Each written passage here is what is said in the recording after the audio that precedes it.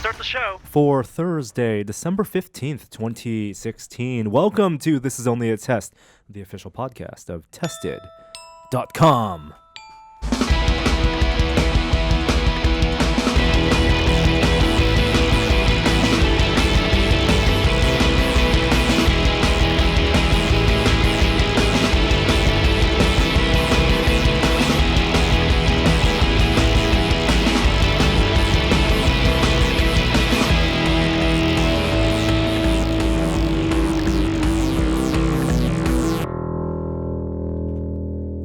Hello, and welcome to this week's episode of This Is Only a Test, our weekly technology podcast. We are nearing the end of the year. Only maybe one more new episode after this before the end of 2016. I'm Norm, of course, your host, full of coffee. Take a breath. And full of excitement for this week's pop culture news and technology news. But joining me is Jeremy Williams. Yes, he's here. And also Kishore Hari. Hello.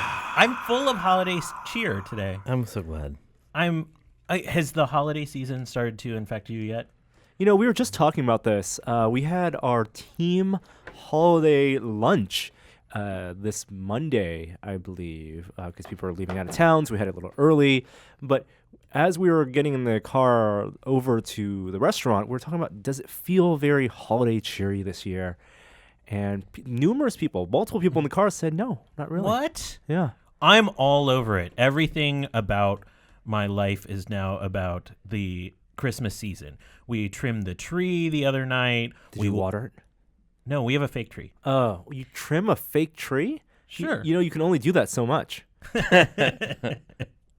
I actually have dibs on my parents' fake tree, which is from 1976. It's older than me. Wow. It is my favorite thing that my parents own. Is it silver? No. What? Really? What's so special about the fake tree? Because it's a tree that has been part of our lives forever. It's sentimental. It's really sentimental. Yeah. It's beautiful. Okay. My wife hates it. Does it collapse? How does the tree collapse? I had a fake tree growing individual up. branches that pull out. Oh, and then a core stump. Yeah, the fake tree that I had growing up just splits in half in the middle, and then everything folds up. You think they make one like a mechanical umbrella where you hit a button and it goes? Well, I think it's more important that when Alexa, it collapses unfold the tree. That'd be great. every morning. Yeah, it's like a pop-up book. That's what I want. Except tree. Have you not started watching all the holiday movies?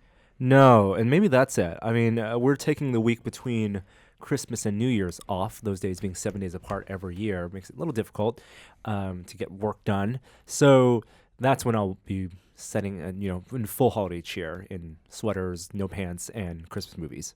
Yeah, because I watched Elf and then I went to the Dickens Fair this weekend. Oh, my goodness. Should I explain what the Dickens Fair is? I want to devote a segment. We need like a one-time only Dickens Fair What does music that sound intro. Like? Maybe you got to play something from like. May I please have some more? from a Christmas Carol or something. But that was also going to be our holiday team bonding event, and I got sick over Saturday, so couldn't do it. Is this the music? Are we doing it? How is this Charles Dickens? I don't know. There you go. I don't think that's it. Okay. That's Charles Dickens the musical. I'm telling Regale you. us of tales of the Dickens Fair. Well, for those that don't know, Dickens Fair, and these are common, in different cities across the country, is the idea of making, sort of early 19th century London come alive with different Dickensian characters roaming about. And there's numerous dozens, if not hundreds of people in costume, sort of acting out real-time sort of plays and interactions. Like the Queen of England is there wandering around with her sort of armed guard. And There's when you the say haberdashery. there, you say there, in the Bay Area in San Francisco, we have a large arena. It's called the Cow Palace, and it's where you have like Disney on Ice and the Ringling Brothers Barnum Bailey. It's a massive, like not amphitheater, it's a hangar space almost. Mm-hmm. And that entire building gets converted into 19th century Victorian London. Yeah, and they create a grid with different streets, and you can go down by the docks and they're seedier characters, or you can go to You sort can of play dice, liar's dice. You can go to the posher areas, and there's a food court. It's like the Renaissance Fair, except with Dickens characters. There's a burlesque show. Wait a minute. Are you role playing as an attendee? You can. Some do. Okay. You definitely can. I didn't. I took my wife and son, and my son's 6, and he's not into doing that yet. No. So It's all right if he it was is. sort of watching as a spectator. But we saw like Dickens get into an argument with a different writer. It was kind of funny. So you can identify the character actors, and you can talk to them, and they'll talk back to you in character. and they must stay in character. That's the rule. Absolutely. They always have to stay in character. Even the barkeeps will be in character. So it's not Merry Christmas. It's always Happy Christmas because it's London. I'm so disappointed because I won't get a chance to go this year. It is running till this Sunday, and it only opened on weekends. It's a little pricey. I think $30 a ticket, or there might be a discount if you go later in the day. But I'm going to be out of town Friday, Saturday, Sunday in LA, and I really, really wanted to go this year. It'll return Saturday. next year. We'll go next year. Yeah, Dickens Fair. What did you have? A turkey leg, or what were the meals you had there? I had fish and chips. We went down to the docks to have our meal, and it was fine. But moreover, I had adult eggnog, which was delightful. That's just available? Yeah, they have bars open Wow. throughout the area, and they have craftsmen and different things. Can you buy things Yeah, other than there's eggnog? shops open. They, like everything from corsets and haberdashers to like little trinkets and ornaments. It's really delightful, and there's like crafts for the kids to do too. I remember because in the city there's a main street that goes through, and you have the shops, and they're also just like institutions. There's a bar, there are many bars, and characters in the bars, but they're also like your typical like Royal Adventurers Club or something, and then people have like fake meetings there, and you see taxidermy animals. So it was all caricature of that Victorian era London, and the characters on the website, people you may meet while at the Dickens Fair. Charles Dickens, who you did meet, Father Christmas, Oh yes, he was wandering around with Marlowe when we ran into him. Her Majesty Queen Victoria, and Prince Albert. You have Scrooge and the Three Ghosts.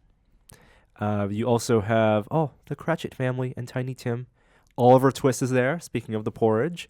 David Copperfield, not the magician. And many chimney sweeps, newsboys, There are a lot of chimney musicians, sweeps. sailors, and carolers. I would love to hear from someone who works at one of these fairs.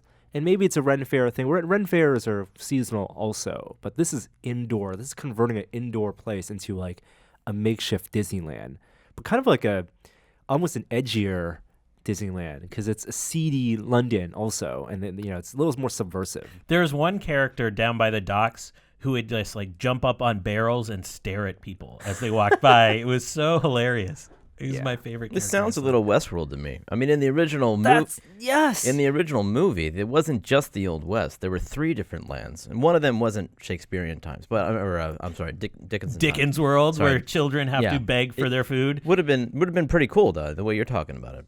Oh, so it's something we've talked about before. Would it be fun to go dressed as, and like Doctor Who cosplayers go, but would it be fun to go dressed as Star Trek characters and perhaps visit it as if it was a Do you think you'd a be Dickens welcome? planet? I think it's a bad call. I don't think people would be rude to you. I I do. just think the joke would wear off really quick. Yeah, and you would then be stuck there for however many hours with however much money you invested. But On the this other hand, year, I saw Star Trek characters at the Force Awakens opening night. That was funny. That was good. yeah, they were there making a point. But this year would it be more appropriate to go as a Westworld attendee, as a guest, and treat it as a Delos Treat it destination? like Westworld? Well, not so much. I mean, for $30, it's a lot. It's a lot cheaper it's a than the lot $40,000 you're paying daily. White hats only.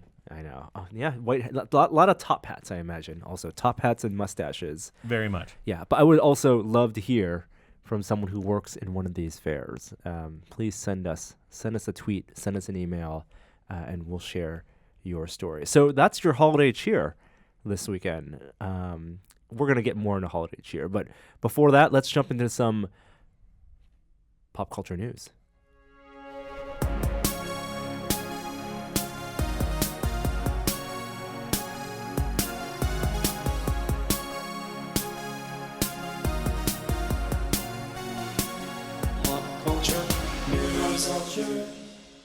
Now, maybe this is blending the pop culture news segment with the VR Minute, but we did our homework this week. You guys caught me up. we caught Jeremy up, not on Westworld, but on the documentary that we all promised we would watch, Man vs. Snake. And we did it in tested fashion. We watched it together in virtual reality in the Bigscreen app. You want to set up how this happened and what it was like? Well, I guess we've talked about Bigscreen before, but it's an excellent free app on both platforms, Vive and Oculus Rift, and it basically creates a room with 4 people in it, and 4 people can join in. It can be private or public, and you are in a room together, and everyone designs their avatar, and you can hear each other and can see each other's controllers, but more importantly, you can share desktops with them. And you can be in a room that has a big screen, like a movie screen, and you can project your desktop up on there, and you can perhaps make that a Netflix stream. You can perhaps full screen it, and one person can share the audio with everyone else.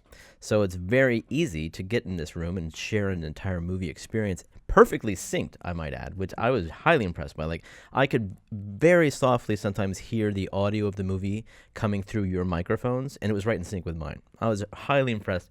Very well done.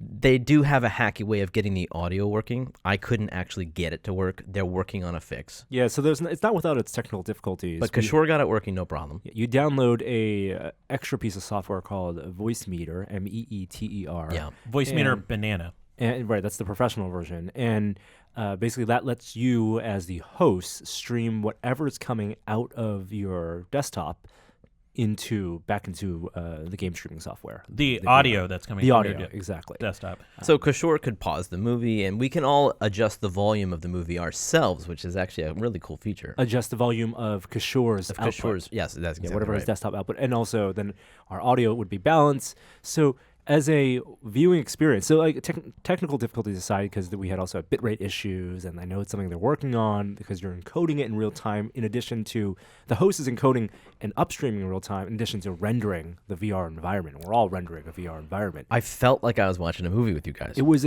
one of the most compelling social experiences because we were all sitting at home, got our chairs, and we had our own desktops to our side, and we were talking, but we could pay attention. We could laser point.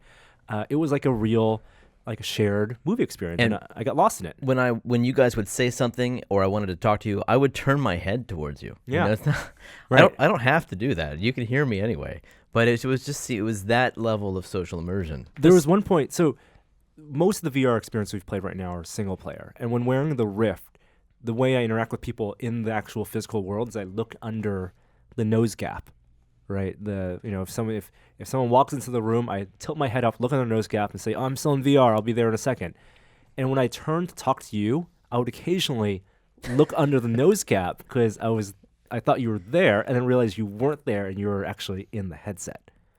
What was interesting to me, at one point, Jeremy teleports to a chair on the other side. I was sitting in the middle for most of it, and then at one point, Jeremy teleports on the other side of Norm. And the spatial audio freaked me out because I was like, wait, how is he over somewhere else? No, you heard me over there. Yeah. Which was kind of great. So I totally lost myself too. And it was fun because I also had permission to talk during a movie, which was way better than going to a movie theater in that way. And by the way, Bigscreen did reach out to us and say that some of the bitrate problems we're having, you can do 1080p with 30 FPS if you have a Skylake i7.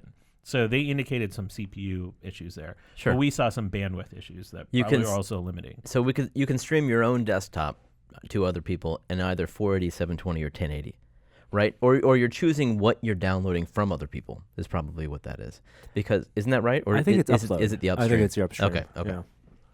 Anyway, that was fun. It was great. What did you think of the movie? I liked the movie. I don't think I liked it as much as King of Kong, but I did like it. They made Walter Day out to be a bit of a character, which he clearly is, but I think they edited it a bit in that kind of Trekkies vibe where they kind of made fun of him a little bit. That moment when he tries to get Billy Mitchell on the phone. It's great. And Billy's just like the straight man almost. Billy. Can you just get him some coffee? Hey, does he need to eat or something? Just get him some coffee. Get him some tea with Get him sugar some tea in with sugar in it. Walter, are you listening? Are you listening? And then Walter's, oh, no, the phone, it clearly he was waiting for he was like, I don't want to spoil this moment. Let me walk into the hallway and prep you so you can reenact this. Yeah. I thought Tim McVeigh was eminently likable and relatable. No, absolutely. The protagonist of the Absolutely. documentary, not good guy. the Unabomber. And I don't know. We should do more things in big screen. That Sure. was Yeah. fun, and I think you guys tried some collaborative working. Like you had a meeting in big screen, and I think that's the real power of it. Yeah, well, that's because Norm was trying to describe to me what he was seeing on his website, because we were trying to figure out a project.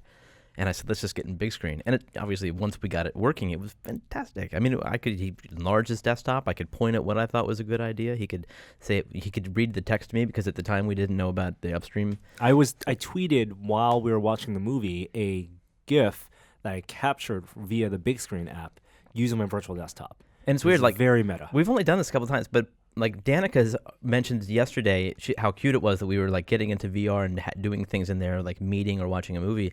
And to me, it's already become a natural thing. Yeah. Like it's already become like, do you want to like- watch a movie in big screen, or do you want to collaborate? I mean, that just makes sense now to me. It's not even futuristic. I'm never coming in to do this podcast again. We're just going to do it in VR Well, only. that's bearing the lead, because something we talked about after watching an hour and a half long movie is, could we do an entire podcast recording in VR?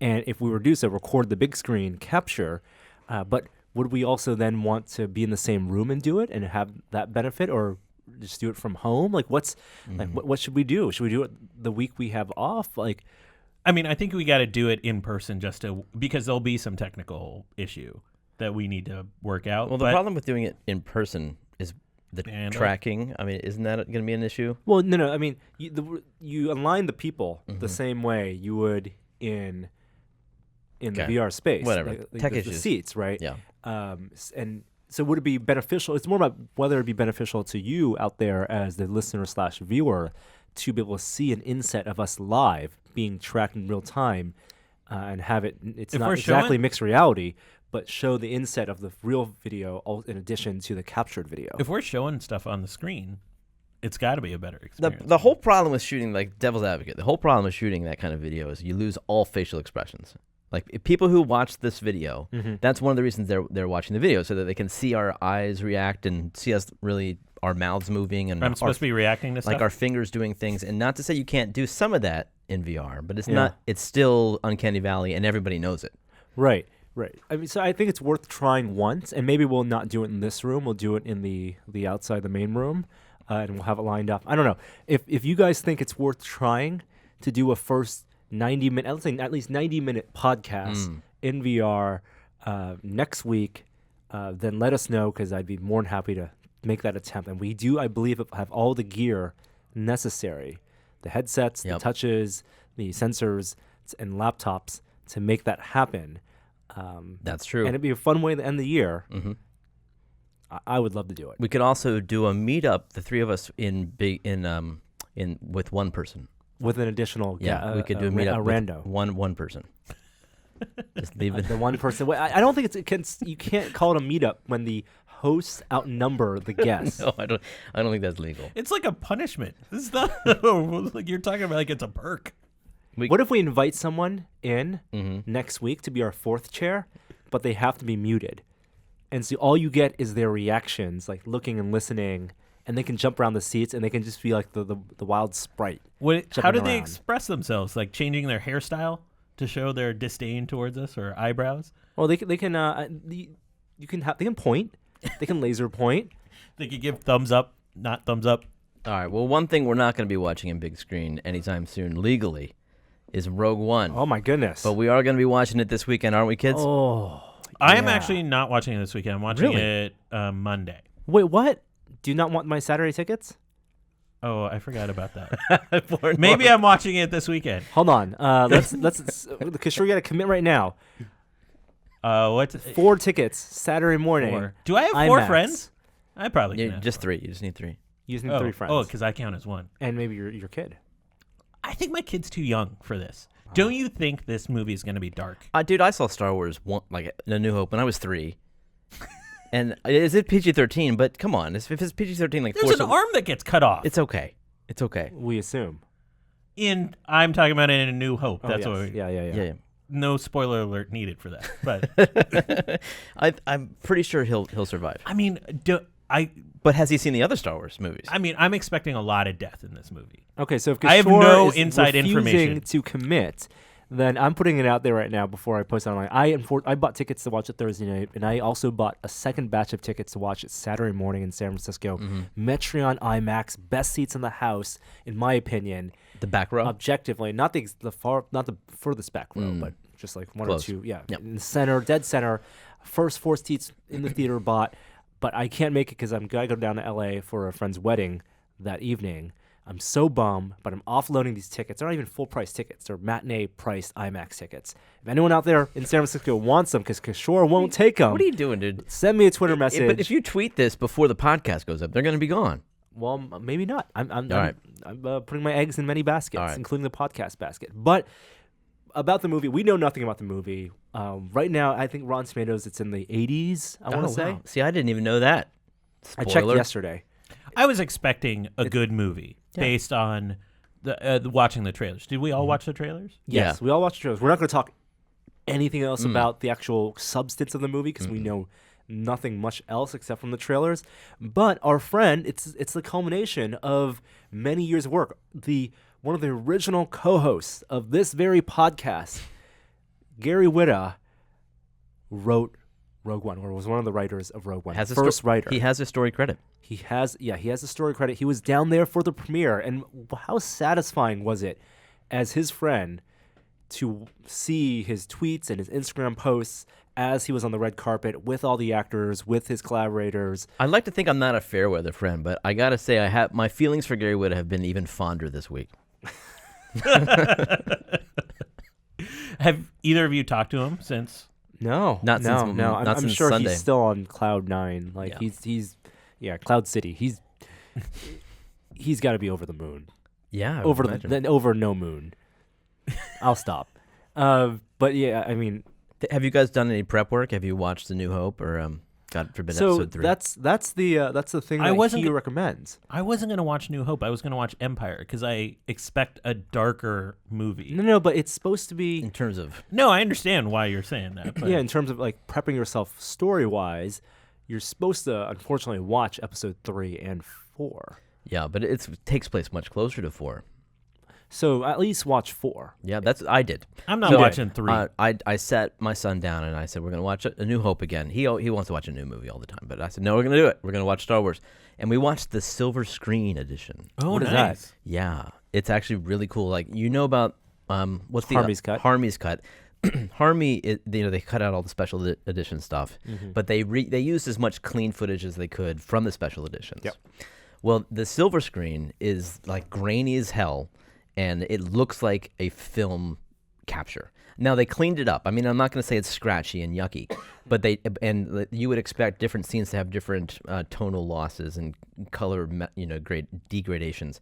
But they clean all that up. It's very consistent, the look and the color tones and all that throughout every scene. But it also does very much look like a film scan. Loved it. It felt like I haven't seen this movie that way since God. I mean, I imagine that would be a great way to project it if you had a 1080p projector. Yeah. And put it on a 100-inch screen. What content-wise, what's in and what's not in the silver screen version? Well, it's supposed to be the first, like the Okay. 1977, and it's funny, like watching Han Shoots first. I was watching my son watch that because he doesn't care about all that stuff, and I was planning to say like, oh, this is a big deal in this, but once I just watched it, I was like, wow, it's kind of, they almost leave it ambiguous. Like when you see the explosion of Han shooting Greedo, it's just this big burst of fire. For all you know, I mean, maybe Greedo did shoot It's a first. flash. Yeah, Yeah. maybe they shot simultaneously or something like that. It wasn't absolutely clear as I expected it to be. I enjoyed it. I loved watching that version. I watch A New Hope every Christmas Day. I've watched it every Christmas Day for 27 years in a row. Wow. So I'm going to watch it. I think I have the 90s version when they re-released it into theaters, where they like added like Special edition. the special edition. Yeah. That's the one. So that's the one I watch every Christmas. So we're very excited. Rogue One. I mean, we can talk about the movie next Wednesday or next Thursday. Yeah, I suppose we could. Are you gonna let us? You don't like us to do spoilers of any kind. No, let's. I mean, Ever. this is Star Wars. If you're not going to watch it the first week, I'm sorry. Cool. You can wait on listening to our right. podcast. 'Cause Maybe I should take 3 tested fans on Saturday morning, and then get their commentary. you don't want to watch it with fans, and I guess you'll be your first time watching it. No, you can't. You got to watch it. You got to watch it with your friends that you know. Why? You don't interact with them during the movie anyway. You never know. You never know. You got. Okay. Well, if you want to commit Are to you buying those expecting 4 tickets, I need a hug at the end of this movie? I don't know what you're expecting. I'm glad you told me it was only an 80-something, because I don't want to have my hopes too high. 84. I'm a low mid 80s. I'm a big believer going into movies with low expectations. It always is a better experience. I was going low expectations. Gary wrote it. Oh. What? No. I expect pictures of Norm to be up at every movie theater after this podcast goes up. Do not let this man in. Oh, I thought it was going to Gary has that kind of pull, I thought it was going to say, need 4 tickets? Tweet me now. At Enchan, Saturday morning. In other pop culture news and movie news, we had a bunch of movie trailers come out this week. I'm going to build up to the one we're going to talk about, but we had the new Fast and Furious. Now, I got to give a high five to whoever came up with the name of the latest Fast and Furious movie, and now it's the 8th one. It's called The Fate of the Furious. Does this mean it's the last one with that title? No. You can't have 8 and then call it quits. The Fate, F8. It just goes on. F8, It's The like Fate of the Furious. they're going to pass Star Trek No, soon. Amazing. I got it. That's but insane. Say that what you said again. They're going to have more Fast and Furious movies than Star Trek movies. Yeah, it seems that way. That is mind-blowing. Well, not yet, right? None of there like 12 or 13 Star Trek movies? Yeah, but they're going to make more. Yeah. So the trailer for that came out. It looks ridiculous. You also had the trailer for Transformers. I don't The even last click on night? those links. Huh. I mean, there's making those. There's make probably, money. 13 of those Transformer movies? It's Mark Wahlberg's arms, starring Mark Wahlberg. That look meh. Can you hear the shaking of my head? I It's know. terrible.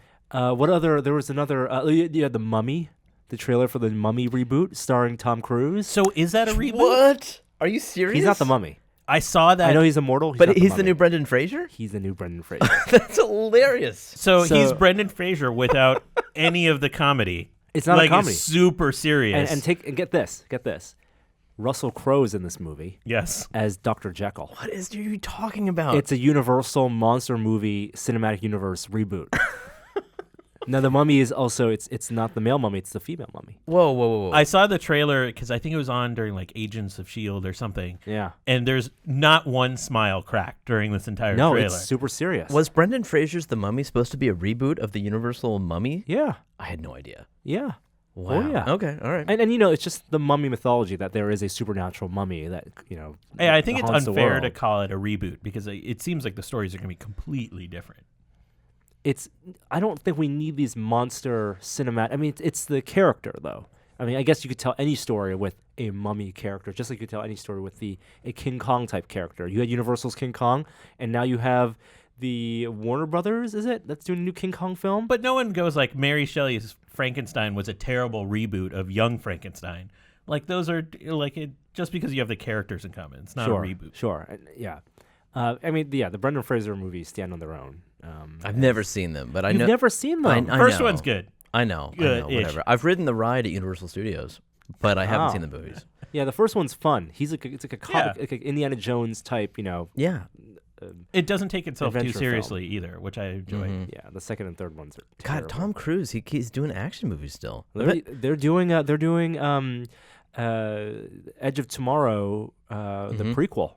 Eventually, he's going to reach, Harrison Ford level where he's just got to chill out, right? No, he's got to keep on running. That's the way he stays Keep young. on running. I know. I Run mean, away he from looks death. the same. He's by the literally running away from death in this film. Yeah. But the trailer I did want to talk about is you had the Spider-Man Homecoming trailer. This is part of the Marvel Cinematic Universe, even though it's a Sony film, Under ruse. and it is prominently featuring Iron Man.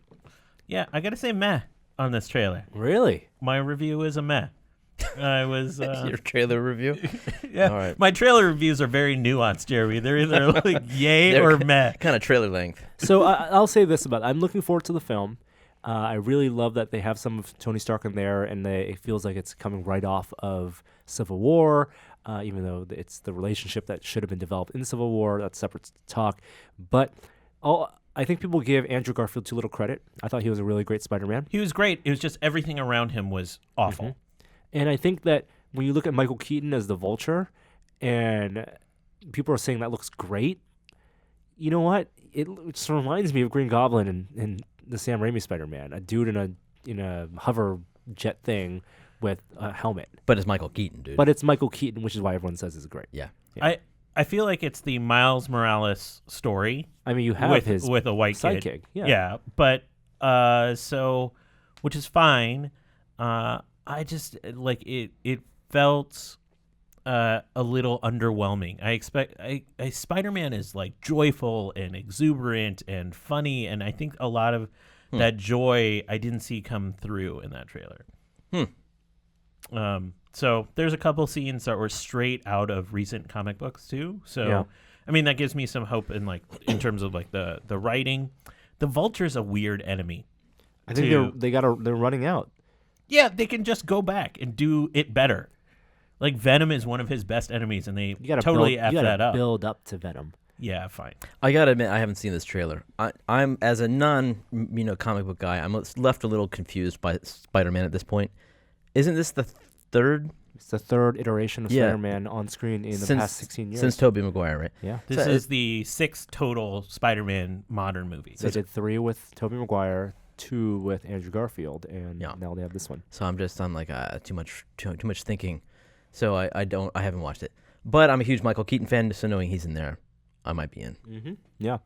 And then one last bit of pop culture news. We're going to end 2016 with yet another death of a beloved figure. Alan Thicke passed away this week. One of America's dads.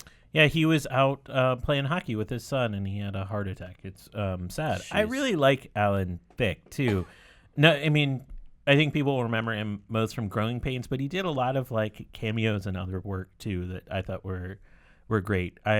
Most recently, I remember him from How I Met Your Mother, which is a sitcom I adored, and he would pop up in that. He also was a composer. Did you know that? Yes. He composed the Wheel of Fortune theme song. But that's, I know. I mean, that's Wheel. That's enough of a credit for your entire life right there. That's yep.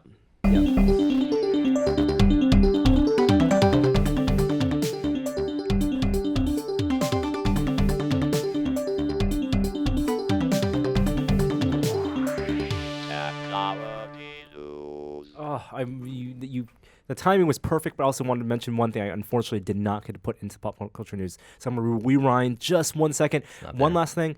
Out Friday, a new Netflix show. Surprise. New Netflix show, The Oa. Yes, I heard about this. This is a sci-fi thriller, right? That's how you describe it? Yes. I know nothing about it. I'll have the 1 second pitch line. A woman disappears for 7 years, miraculously returns to her family, but revelation, she was blind before she disappeared, and now she's not blind, and it's all about her, what happened in those 7 years. Does she know what happened? She does. All right. Said in the very trailer, she does. All right. She remembers Are you everything. excited about this? I mean, there's a lot of good stuff on TV. I know. But Netflix, they're just dropping like sci-fi bombs. I still got to go through Black Mirror. There's no transition to our first tech story. All right. Let's talk about the future of technology. Oh, you could have the Black Mirror drone thing. What? Anyway, Amazon completed its first drone delivery. I don't believe you.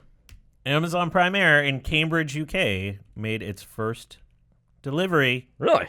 Took 13 minutes to order and deliver. And you can watch a 2-minute video of it making its delivery to a field in Cambridge, UK, and dropping off its package. And you can, watch. It lands on one of those like fiducial marker type things, and that's how it recognizes it. It drops off like a shoebox size package. It looks like they delivered a Fire TV and a thing of popcorn. I think this might have been planned. No, this is all very, demonstration, promotional. But according to Amazon and some other reports, that this was all legitimate, that it did initiate and go pick up the package, go deliver it. I believe that. You surprised it wasn't in America? No, because of regulations. They don't have them in the UK? I think drone regulations are more A little soft. Allowable for this. All right. I don't know. So is this going to happen now? This is a regular thing? If you live in Cambridge, you can just drone it your stuff? I don't know. How do we I still It's think wonderful. this is. No, it's great. You think it's great? Yeah. It's one of those things like living in an urban environment. I'm like, I see no value for this. No, you're right. You're right. And you have to live out in a rural setting. It's novel, but it can't carry that much weight right now. And A pair of shoes. does he need an Amazon Fire in 13 minutes? Look how solar powered that house is. Yeah. That's Anyways. what he got, an Amazon Fire. A fire and a bag of popcorn. Yeah, that's not a good use of energy. Yeah. If it was a Roku, you'd be like, okay, Yeah, maybe. maybe. Yeah. So speaking about drone stuff, this week I was flipping through TV, and I think after watching a Warriors game or something, I was flipping through, and on ESPN2 I saw the Drone Racing League finals. I had never seen drone racing on TV before, and I was super curious how it would be presented. So flipped to it and watched half an hour of drone racing for the DRL. Is it DRL? What's Drone that? Racing League. Drone Racing League. Drone Right. Racing League. How was it watching it? I mean, did it feel like an actual sporting event? It felt very much in like a BattleBots type event where, they present it like a sporting event, but clearly not the same type. They're fishing for the storylines, they're fishing for the drama, Yeah. they're fishing for the things, and because there are a lot of nuances that we know about drone racing that really differentiate the pilots in terms of their capabilities and also the drone vehicles themselves. They don't communicate much of that at all. So it very much felt like an esports coverage thing. But I was really impressed by the setup, the course layout, and the whole presentation. So they've been building up to these finals by doing heats throughout the country. They did it in the Miami Dolphins stadium, and they do it in a bunch of Rust Belt warehouses, old buildings, and they dress up these big old buildings with the course. They build out these courses with turns, with lights and rings, and a lot of these cool light up designs. So it's not just flying through an empty warehouse. They have squares, circles, directions. They make it look like a video game almost. My parents were watching it, and they thought it was a video game. My dad's like, "Oh, this looks like a video game." I said, "No, that's real life." But the feed that you're watching is one of these low quality RF feeds from the. No, they don't show that much at all. Oh, okay. The drones, they have the RF feeds. They don't have GoPros mounted on them because for weight issues. Yeah. But you can store the RF feeds locally from your headset. They only show the RF feeds for the second place or last place finisher, making it at the very end because it's too staticky. They have these elaborate camera movements, cameras set up as if you have a racetrack. Interesting. Around So it's every all turn. third person. It's all third person, and each of the drones, these quads, these racing quads, FPV racing quads, have lights on them. They're all color coded. So they had 6 competitors, 6 finalists race, and unsurprisingly, in each of the heats, they do 6 heats or something. Each of the heats, leading for score, you never have all the drones finish. You have a lot of do not finish, and it's There's mostly 1, 2, crashes, or 3. Yeah, a lot of crashes happen in the very beginning. So it's not a marathon race because of battery life.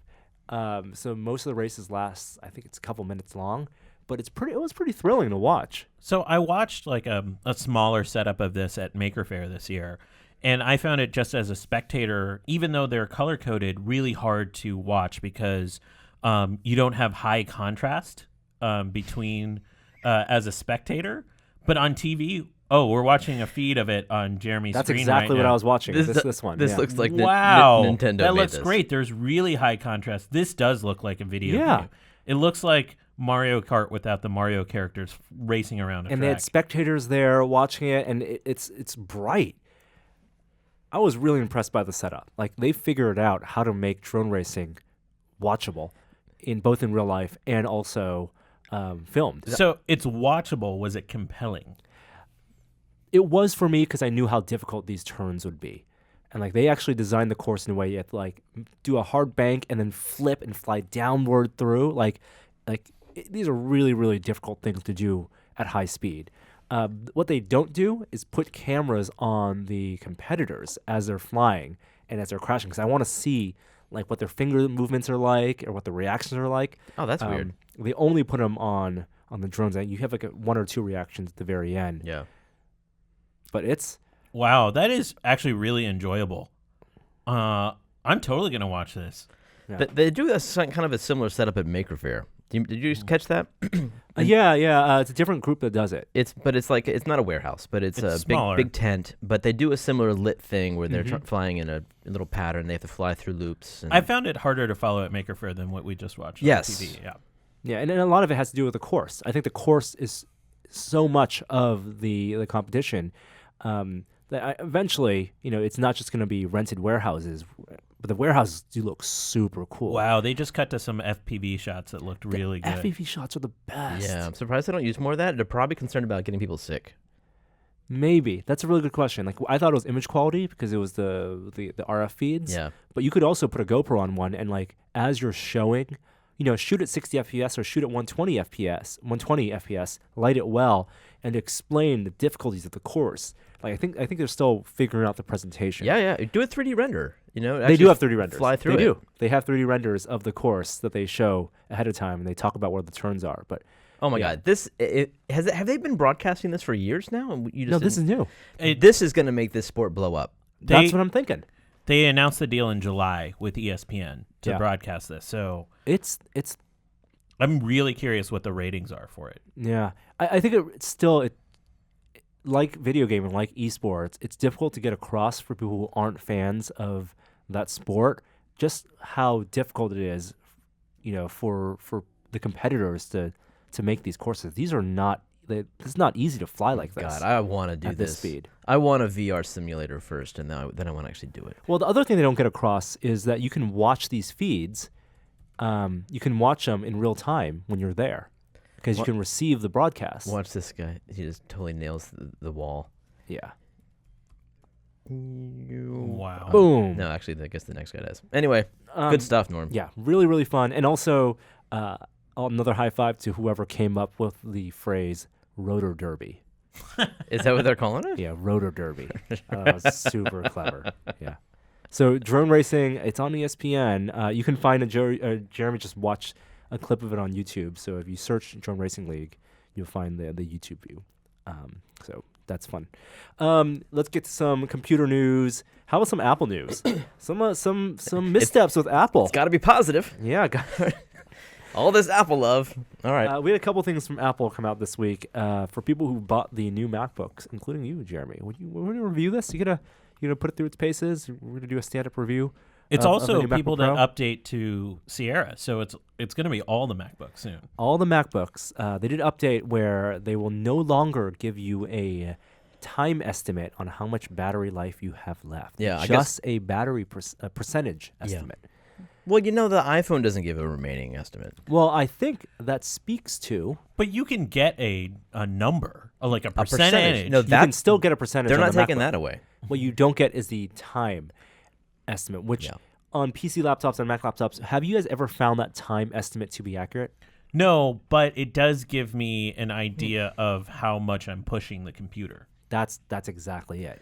It gives you a rate. So I guess 'Cause if you see it say 60% left, that tells you 60%, but that doesn't give you context of, okay, right now I'm running a lot of cores, I have a lot of browser tabs open in Chrome. Yeah. That's draining a lot of power. The power management is something that time estimate gives you at a glance. And you're right, Jeremy, you don't get a time estimate on your phone or iOS devices or your tablet or your iPad, but that also speaks to the power management on those devices are fundamentally different. Even with quote-unquote multitasking on iOS devices, you're not really doing a lot of multitasking. That's true. That's more memory management than power management. Yeah, but you can still push it if you play some game. Yeah. you're going to push it a lot harder. But than those if are you- also full screen applications. You're never going to be while you're playing a game looking at your time estimate. Why take this away? Is it because it's not accurate? Yes, because a lot of people were complaining, especially with the new laptops, that it was inaccurate and that they weren't getting what it said it was supposed to be getting. So Apple's solution, oddly, was just to remove the description entirely. Now, it's weird because I guess what they're blaming it on is the new CPU, which is just, it tries to be very efficient, and it's clocking up and clocking down every second based on whatever is, it's doing at the moment. And I don't know why the Apple engineers can't take that into account and Normally I would work with it. Yeah. Normally I'd scream and holler, but this one doesn't bother me that much. I No. like it, but I can get used to that not being there. Yeah, it's no big deal. The other thing is Apple made good on one of their promises. They have the AirPods released before the end of the holiday season. Very quietly released too. I feel like this was under the radar. I think they on the 13th they were made available to order, and they're going to ship by the 21st with zero fanfare. And for people who very few people actually are going to get it before Christmas. If you, even like an hour or two after they made the press release, if you want to pre-order an AirPod, you wouldn't get it for a month. I think it's 2 months now. So the rumors, the question is, why was this delayed? Because they originally had promised it in October. And the speculation is they couldn't manufacture at scale. No, that's not what I read. I read that because they're separate. Like, no one's done earbuds that are separate Bluetooth before. What does that mean, separate Bluetooth? Each No, I individual... mean, each has its own radio. Yeah. So, like, you've always been able to transmit to a single receiver, which divides the signal in the left and right. And they were having trouble syncing up left and right ears. So that you wouldn't get... Because even if you have a millisecond... Yeah, you'd notice that. You would get that weird echo effect. And Bluetooth isn't their standard. So it's like they have to... And from what Blame I've heard... Bluetooth. From what I've heard, the Bluetooth standard is kind of messy. It is. And they just ratified the next version, which will come out next year. I also think it could be power management, because you're talking about these self-contained earbuds that have batteries in them, and they need to last a long time. And if you design hardware wrong, as we've seen on the Samsung side, you don't want ears catching on fire. No, it's good. I'm really curious to see, because they did give out review units for people, for AirPods. People have had them. Reviewers have had them for months now. If over time their experience has changed. Apparently they sold out, though. They did sell out the 20 first minutes. batch. Oh, yeah. 20 minutes. That's all it was? I don't think they put many on sale. No. It was Though it just- wasn't like there was huge demand. I think they had a small number up. Those sold out. We don't know when they're going to come back in. It'll be interesting to hear about them now they're out in the wild, because they didn't get terribly great reviews from the journalism community. So Pretty pricey. They're expensive. $160. I don't think it's just price that people are complaining about, because when has price been No, but I mean... the sole object of scorn? I'm for saying Apple if they products? don't sound good, if they're pricey, that's bad. All right. So, have you guys ever ridden in a self-driving car?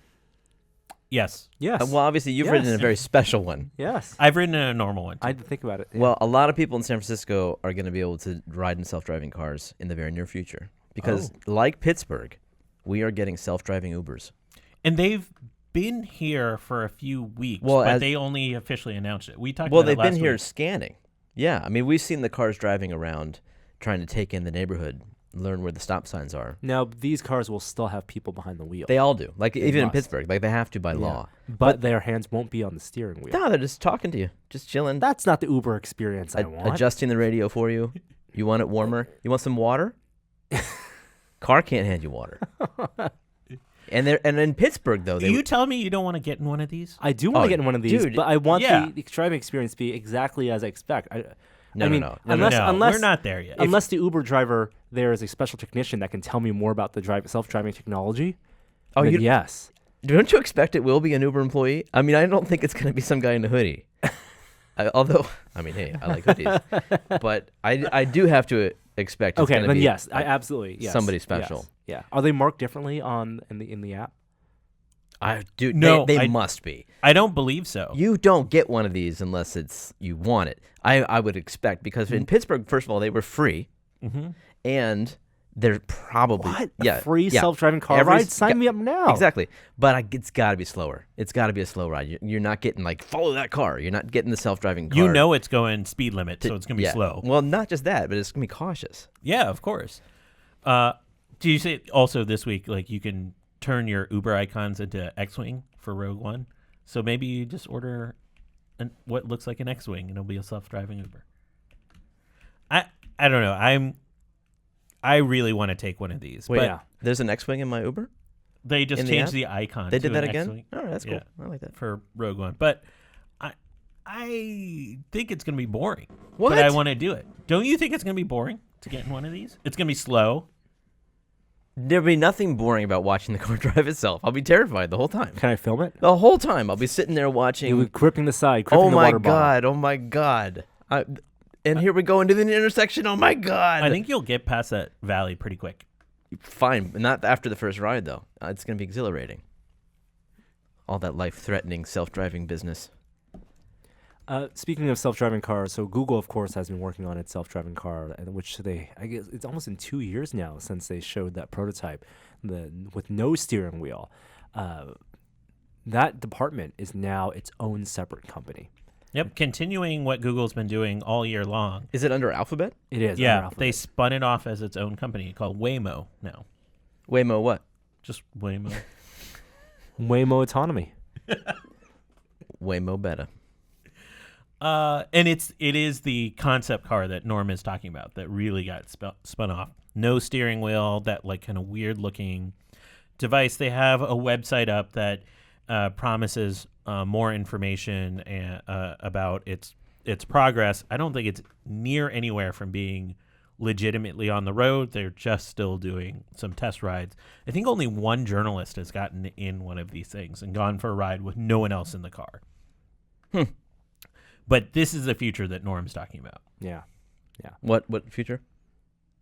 That future- he doesn't want the Uber where No. like there's somebody behind the wheel. Oh I yeah, just wanna like get this in is the car. self-driving. Yeah. Yeah. Well, that's Tesla too, right? I mean, you have to be behind the wheel. Yes. Yeah.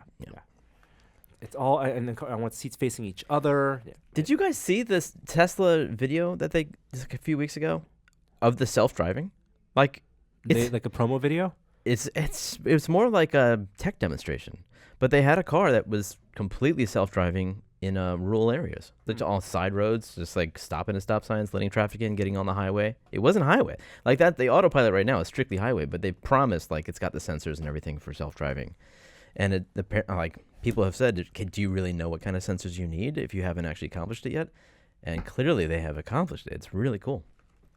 Now for a bit of Microsoft news. Now, also kind of not a big fanfare, Microsoft made some product announcements last week, I think. They talked a little bit in their blog post about VR and also the ability, as a part of their Continuum service, to run full x86 desktop apps on ARM. So whenever a Surface phone comes out in the future, it may run full Windows. What? And let you plug in and turn it into a Windows desktop PC. Meaning what? Is this something we want? that it'll just force itself to restart without asking your permission first? Like talking about the Motorola Atrix and all those phones that claim to be able to also be a PC. If this becomes the big Surface phone unveil, I'm gonna be disappointed. I don't need my phone to be a full PC. I agree. Maybe and it's not a premium feature. That's more of an accessibility, like a global feature. For people who only want to buy one device and the phone is their primary device.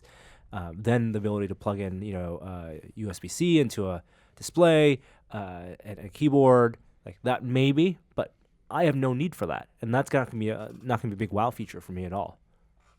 I'm with you.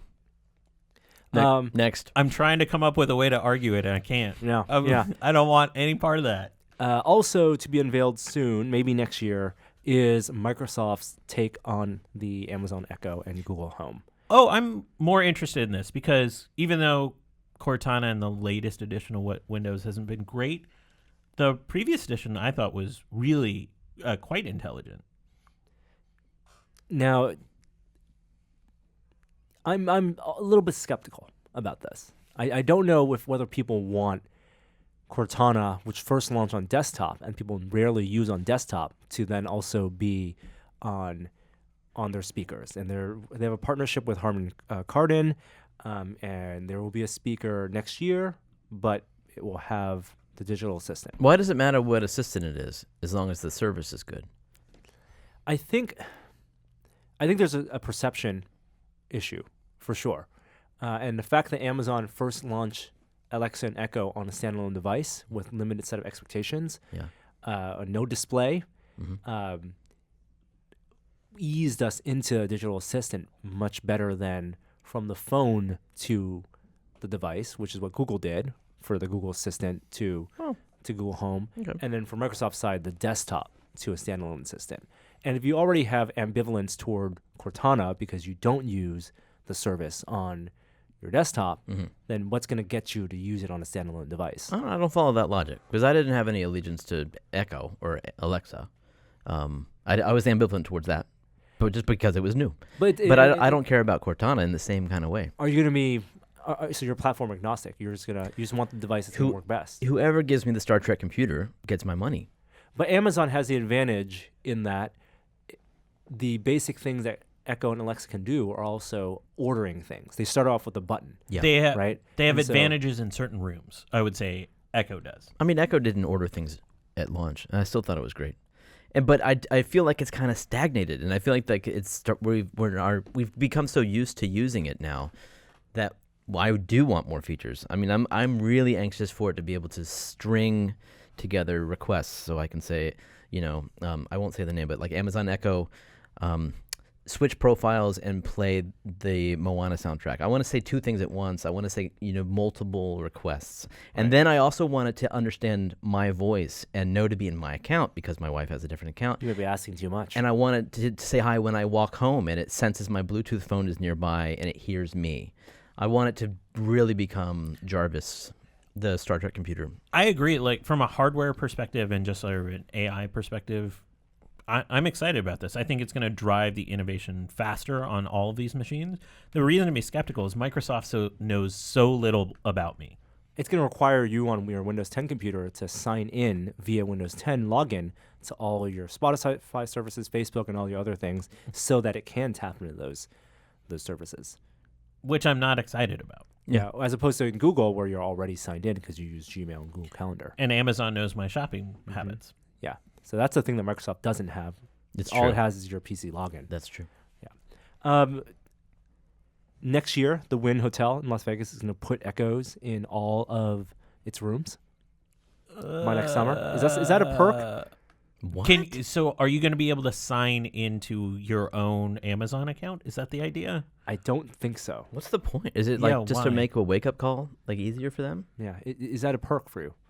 If it's not tied to your account, would that be a perk? Let me paint a picture. Let's say instead of ever having to call down to reception, I could interact with the hotel through the Echo. So you're talking about they would also develop a what's it called?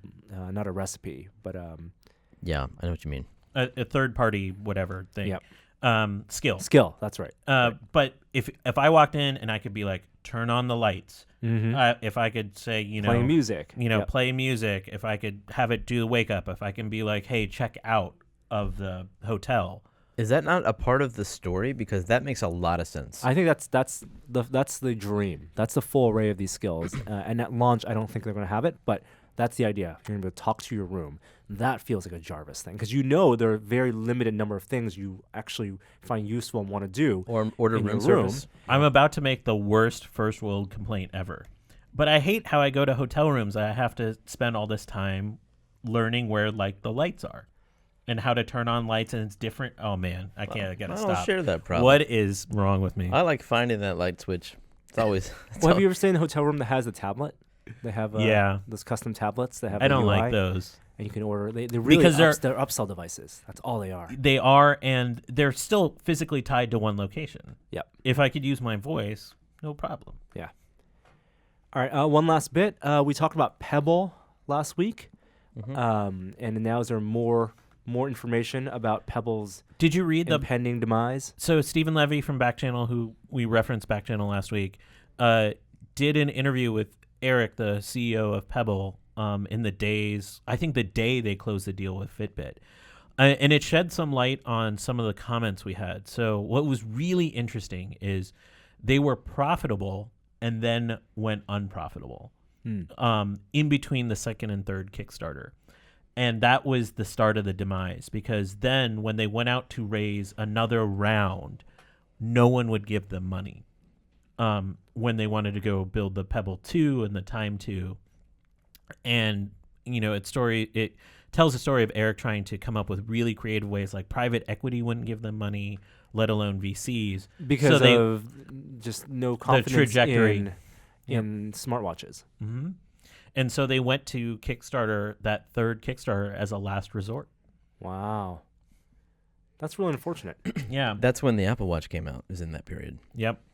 Also, I mean, there's, read between the lines, there's probably some mismanagement.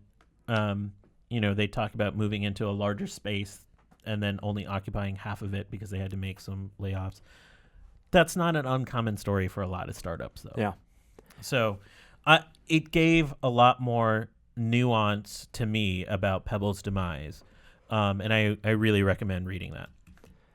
So, we're hoping to do our VR podcast next week. We probably will skip the week after between Christmas and New Year's. But then the week after that, we're going to roll right into CES week. And we're already seeing a deluge of CES announcements, pre-announcements. Feet already hurt, Norm?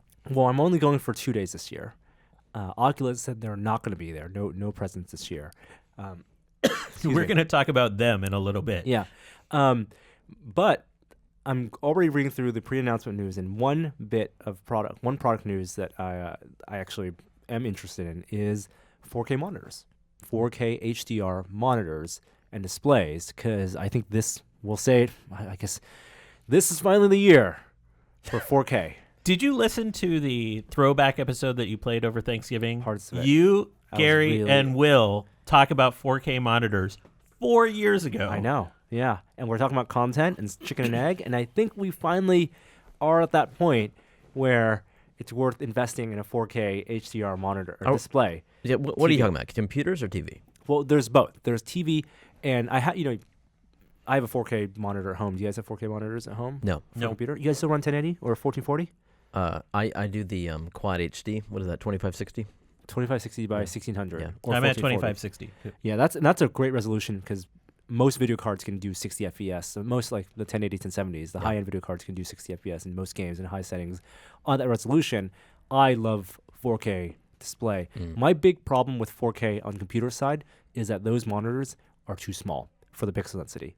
That you don't take enough advantage of the pixel density at 27 inches or even 28 inches. Whoa, you want bigger than that? I want bigger on that because I have a 2560 by 1600 monitor, my old Dell. Dude. That's 30 inches. It's like sitting in front of the sun. Oh my God. And that's giant. well, we're talking about back then. We knew people who bought 1080p. What was it back then? The Westinghouse displays, 1080p ones that were 42 inches. That's like nuts. Dan Stapleton used to have a 42-inch Westinghouse in front as his main computer. What do monitor. you use, Jeremy? My monitors? I have dual Quad HD. No, I mean, what size? Oh, I don't even remember, but maybe like 24, 25. Yeah, I have dual 24s. So 34-inch. Dual, dude. Dual. I can't go under a 27-inch for a display. Wow. Well, LG has, and they just announced for CES, a 32-inch IPS monitor with 4K HDR. Well, I mean, I guess if you got the video How card to much? drive it. They haven't said. It's gonna be some I know. insane number. I know. It's crazy. You know, I'm not as excited about 4K as you are. Even on the TV side, where I think it makes more sense because it's a bigger screen. Oh, I don't think it makes necessarily more sense. You're not excited about 4K gaming? I think 4K gaming No, is no, cool. not at all, dude. No? I mean, with all the motion and anti-aliasing that you get nowadays, it's totally fine just to. I mean, I get immersed no matter what. All right. But I would love more resolution in VR. Like that's where I got the. Sure, that's separate. I feel the need for resolution, but it's with the movie stuff on the TV side, I'm much more excited about HDR than I am But about there's 4K. no services that are really in 4K, so I don't there's no reason to buy the TV in 4K. There's a lot of Netflix stuff that's in 4K. Yeah, but that's the only one. Like, your standard TV is not coming in 4K. What I'm saying is, like, even if it was all 4K content, it really doesn't. I mean, maybe it's because I'm old, but like my kids certainly don't care. Like, you put on a DVD and they're like, "This looks great. I don't care." But so like I think that there's this resolution threshold after which you get past that, like, it looks pretty good, and 1080 is looking pretty good to me. And beyond that, like, the color difference that you get from HDR has a much stronger impact. But you're not believe going in to be the able HDR, to get HDR without 4K. No, they won't that's upsell true. you on both. No, that's true. Yeah. Is that true? Can you get those 1080 OLED with HDR? Maybe Maybe not. 1080 OLED. Yeah, because the 4K OLEDs are ridiculous. I think that does it for technology. Let's move on to our next segment. Okay, I'll unmute before I play the music.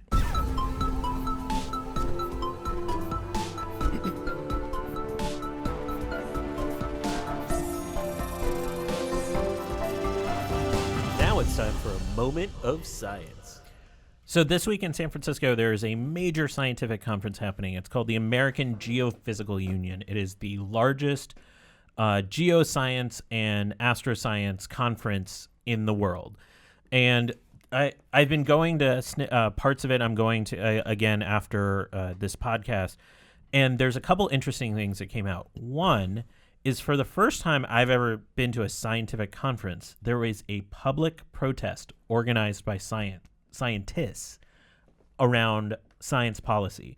So they were mostly protesting sort of Trump cabinet appointees as threats to funding. Like, he's come out and said he wants NASA to not do any earth science work, any climate work anymore. So I imagine that the people protesting were trying to get attention. Everyone in attendance is on their side.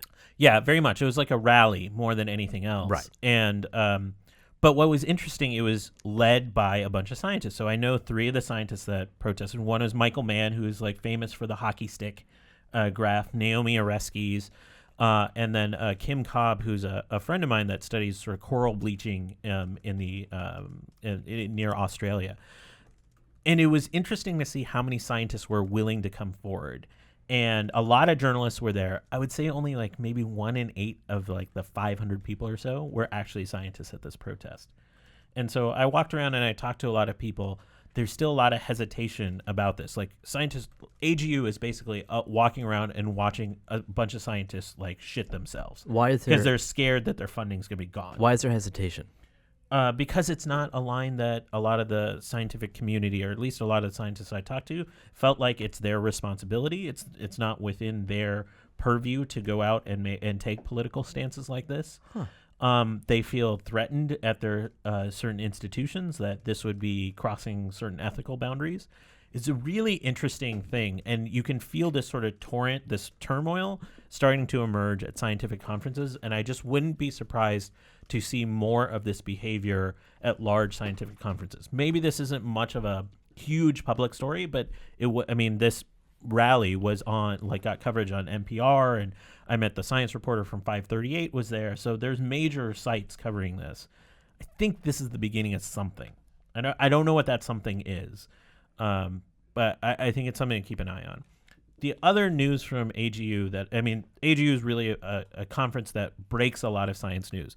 And the most interesting one that I've seen is an update from Curiosity. So Curiosity has been slowly climbing out of a crater up the slopes of Mount Sharp on Mars, and they just released a paper detailing some of the things they found.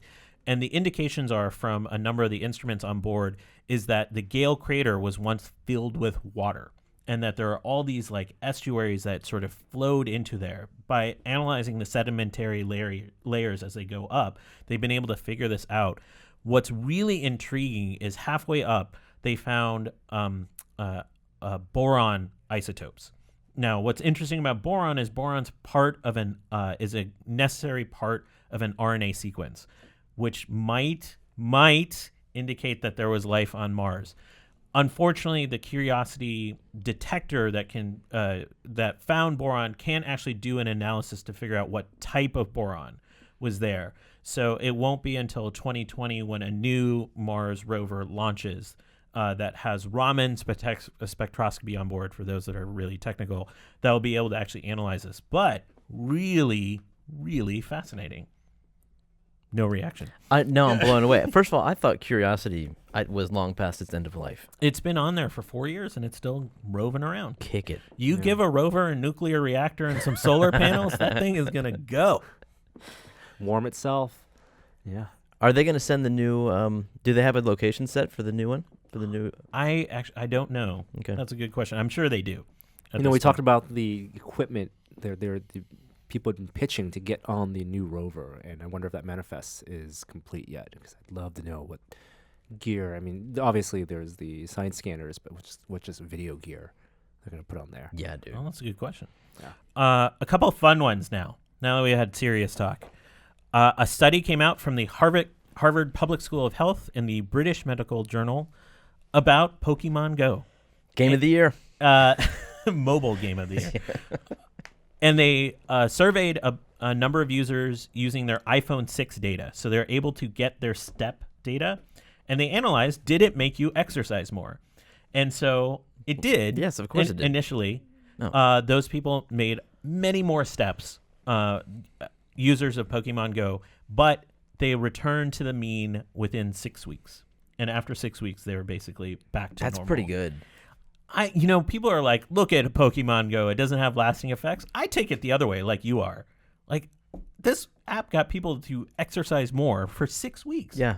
That's incredible for an app that costs nothing. The fact that they didn't keep going back is on Pokemon Go. They could have made that app better over time and improved it. I think they made some good improvements. I just think people got angry about how they created differentiation between the levels. That's a different segment. Standing desk. Still going on strong. Not going back to sitting after 6 weeks. I'm wishing I was standing right now.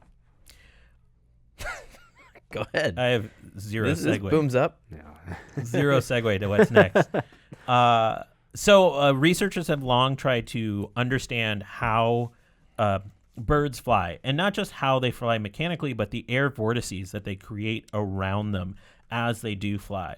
And just a good reference for Norm is they've always modeled it in this 3-body problem way. But researchers have always been trying to come up with an experiment that allows them to really get a better look at this. So there's a paper out that has the most fun video of all time that I've seen for science. Maybe not all time, but pretty up there, top 10. They designed this video where they outfitted a parrot to fly through a laser mesh. They would put this mist through the laser mesh so you could see sort of the air patterns through it. But in order to have a parrot fly through a laser mesh, you have to protect its eyes. So they 3D printed special goggles for this parrot. Little aviator goggles. Nice. This is great. It's hilarious. Are And you can watch Are it. they Snapchat spectacles? You can watch it fly through and actually create these like kind of intricate vortices that they didn't expect. So it's really interesting for understanding mechanical impacts of the bird flapping its wings. But it's the most adorable thing ever. They filmed the bird flying also in high speed wearing the goggles. Yes. And it is he's the hero of 2016. Oh, dude. Come on, the goggles are tinted. They're great. I swear that bird is smiling. I think he likes them. Oh my god. I don't know why we're not 3D printing these right now. This is one of the cutest things I've ever seen. I'm sorry, Ripley. Wow. A parrot wearing these giant oversized goggles. That's great. Thank you for sharing that. Speaking of video, to go back, did you see that Amazon has also released video of the first Prime Air delivery? I watched it. Yeah, we're watching it as while you we're were talking talking about about it. Okay. All right. I didn't see It feels too Amazon controlled. It's not. You think? It's legit. It's all produced. Well, it's like Tesla.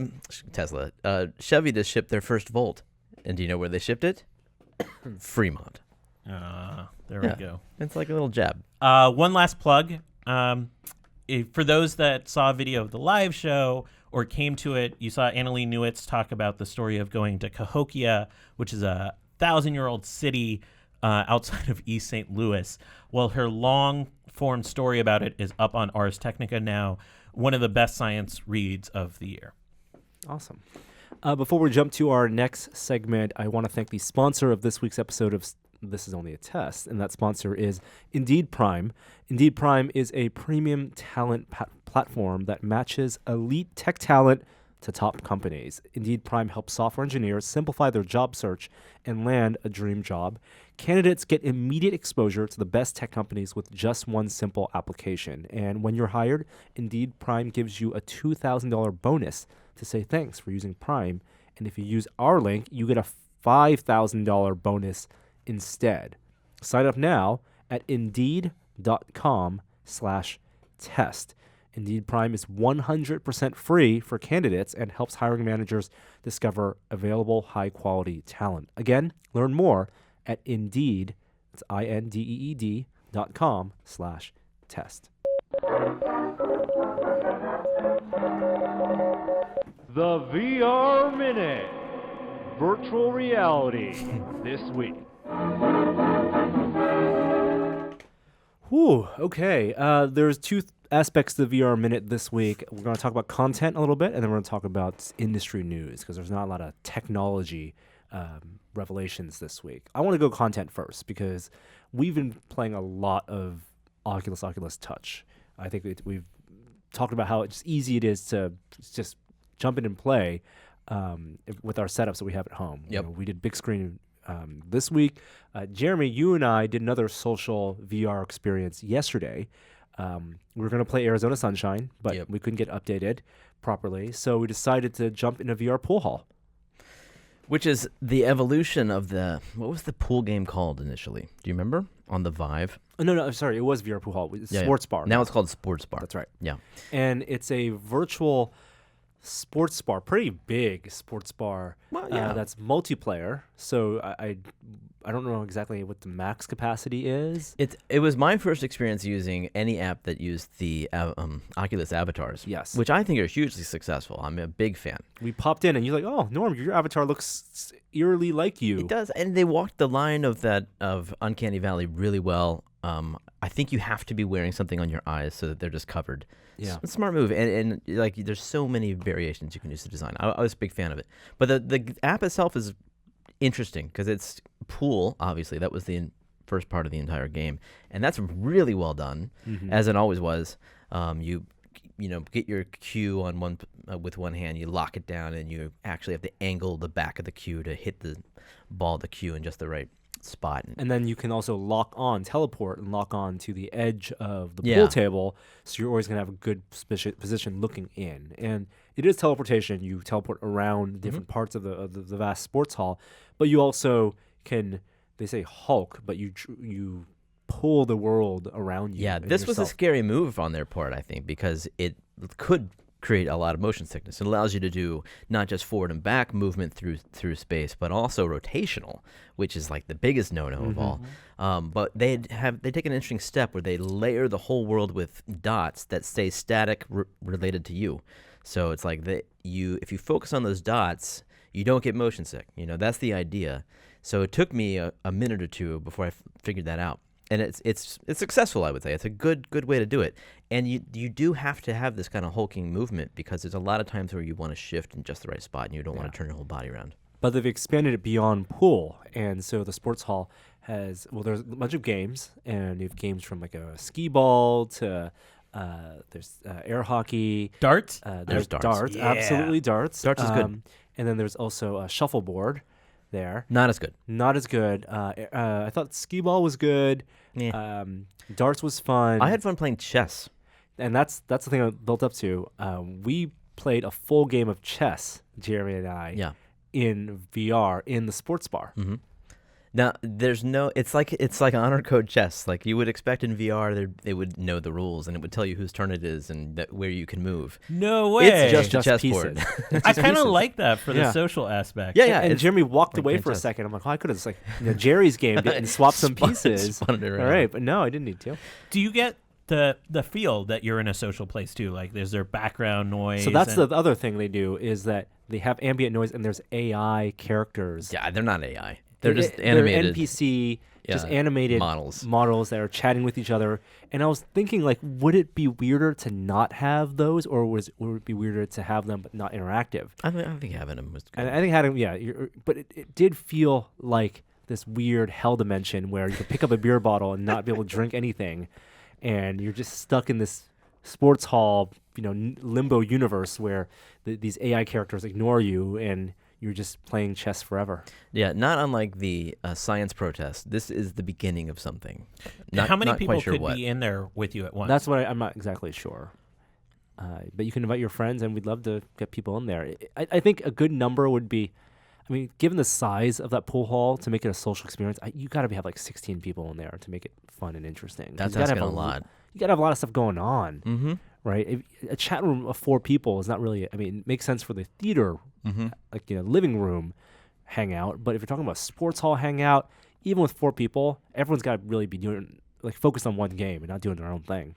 It's again, it gets back to social is really, really great in VR. So Yeah. just hanging out in that room is, it's like the evolution of the chat room is beyond anything we had 10 years ago. And then on to the business news. Surprisingly big, out of nowhere announcement. Oculus is now restructured. So Brendan Reeb, the CEO, has stepped down and is now still at Oculus, but leading one of two hardware divisions. One focused on PC VR and one focused on mobile VR. It's interesting. Really? At Oculus Connect, they had 2 teams that had worked on inside-out tracking. That the demo unit that you saw, Yeah. which was The like Santa Cruz prototype. yeah, which was a wireless Oculus Rift for all intents and purposes that was tracked internally, and you could move around the space, and it was positionally tracked. That was not done by Carmack. Yeah. And that was I was kind of surprised by that because Carmack's been the big proponent for that. A year ago, he had said, sadly, there aren't enough people working on this problem right now. I thought there would be. And then he went to work on it. And supposedly, I would imagine he's working on it for mobile, but that was not his code that you saw. And that, I presume, is in the PC VR department. Yeah. While Carmack's in the mobile, we are using phones. Is it in the PC department? Because that was wireless. Well, the PC VR department is supposed to be for cutting edge tech and for research and computer vision. Okay. And they expressly put also in this note that Carmack is on the mobile side. Yes. Like exclusively on the mobile He's side. always, so. that's been his thing. That's from the totally his beginning. thing. It's not a surprise. So maybe the mobile is more the mass market. It's about specialized hardware and mass market What hardware. I'm surprised about is, is there really enough people to make this grand of a division and an announcement? I think there are more people working at Oculus than we think. No, but why the announcement? So, fine that they make the shift and Brendan focus on PC and Carmack. Well, it's a big focus deal on because mobile. you're talking about a company that had its own organizational structure outside of Facebook, but still owned by Facebook, and having their CEO not be the CEO anymore. And they're looking for new leadership and maybe not a new CEO. Well, is there new leadership, or will both of these divisions now report to Mark Zuckerberg? No, both these divisions report to a new leader. Oh, that they're That's looking what for, I was and wondering that about. new yeah. leader will maybe not be CEO, and That's then also interesting. then report to Facebook. The follow-up to this was that later in the day, we got a note that basically said Palmer's new role will be announced soon. Yeah, so he's still at Facebook. Don't know what's gonna happen. It sounded ominous to me. That announcement wasn't like he's going to be CEO of all of this stuff. It sounded very, I don't know. I don't know. I don't expect any changes to actually mean anything to consumers. I think internally they've probably divided the mobile and PC stuff since the beginning. I don't know. Hiring a CEO for all of this will have an impact to consumers, not in short term, but who that is will make a huge difference. Yeah. What we shouldn't take this as, though, is lack of confidence in Oculus in the VR space. No. Timing makes sense that they just finished shipping the Oculus Touch. It seems to be a bookend on what they had originally dreamed and hoped for back in 2012. And now they're moving on to the next phase, which is something that should be exciting for us because now they can the good enough hardware, the great enough hardware is already out there. Now they can focus on content and building the infrastructure for the metaverse, for the thing that we want. And start talking about Gen 2. Yeah. I would have been really skeptical had this come out Friday at 4 p.m. But it came out Tuesday. It still caught a lot of people off guard. What do you think, what kind of impact is the new CEO possibly going to have? I think can change the entire direction? Are they going to focus more on building out the content library? Are they going to double down on hardware development? Like, I think they can make some really big those decisions are all made already. And the content side is already its own separate thing. You have Oculus Studios and Storage Studio, and presumably those departments are still going to exist. And it's still under Mark. I mean, Mark calls the shots in the end anyway, I would think. Maybe he doesn't want to call the shots. Sorry, Zuck. So the other thing that Jeremy and I were talking about is that we want to find more multiplayer VR experiences, whether it's on Steam VR or an Oculus platform. We need that bridge to Lone Echo. Let us know what your favorite multiplayer VR experiences are, and we want to play them. Hey, and if you want to be a fourth and watch a movie with us, or watch a podcast next week, let's talk offline. Yeah. Tweet at Norm. Leave us alone. Yeah, I think the fourth could also be the camera guy, though. Oh. Get better shots. Yep. Testing this week.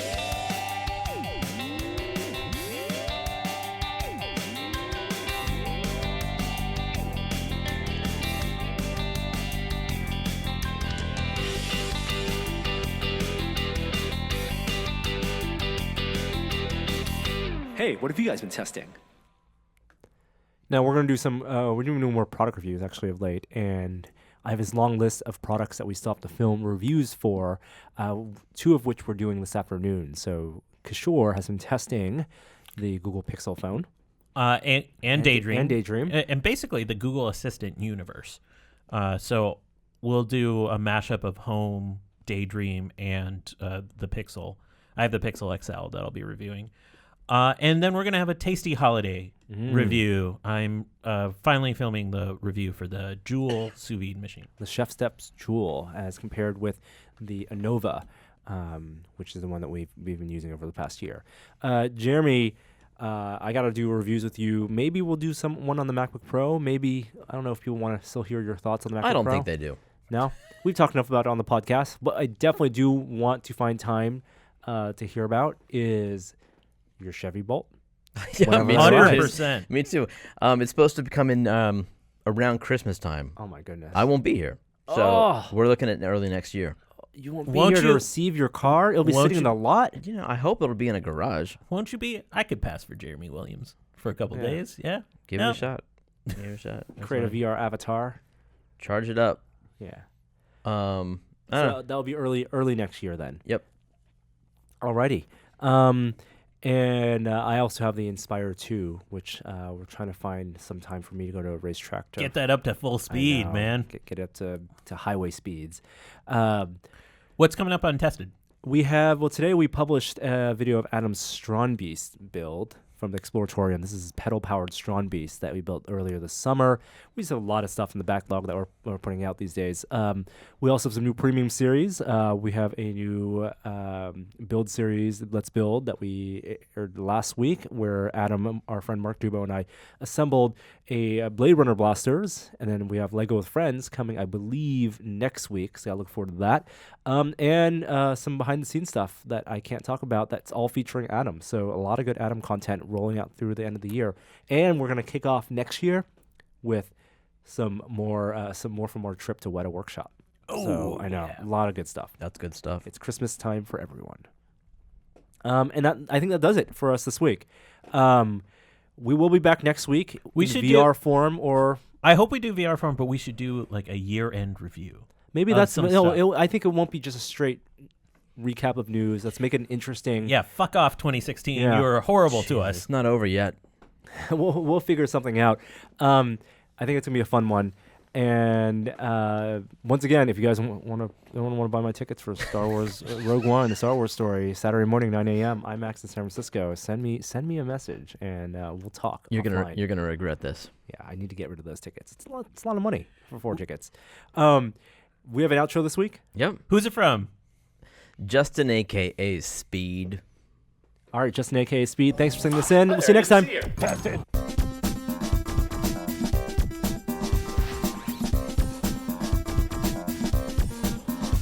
USB. Can you get them out? I want to see.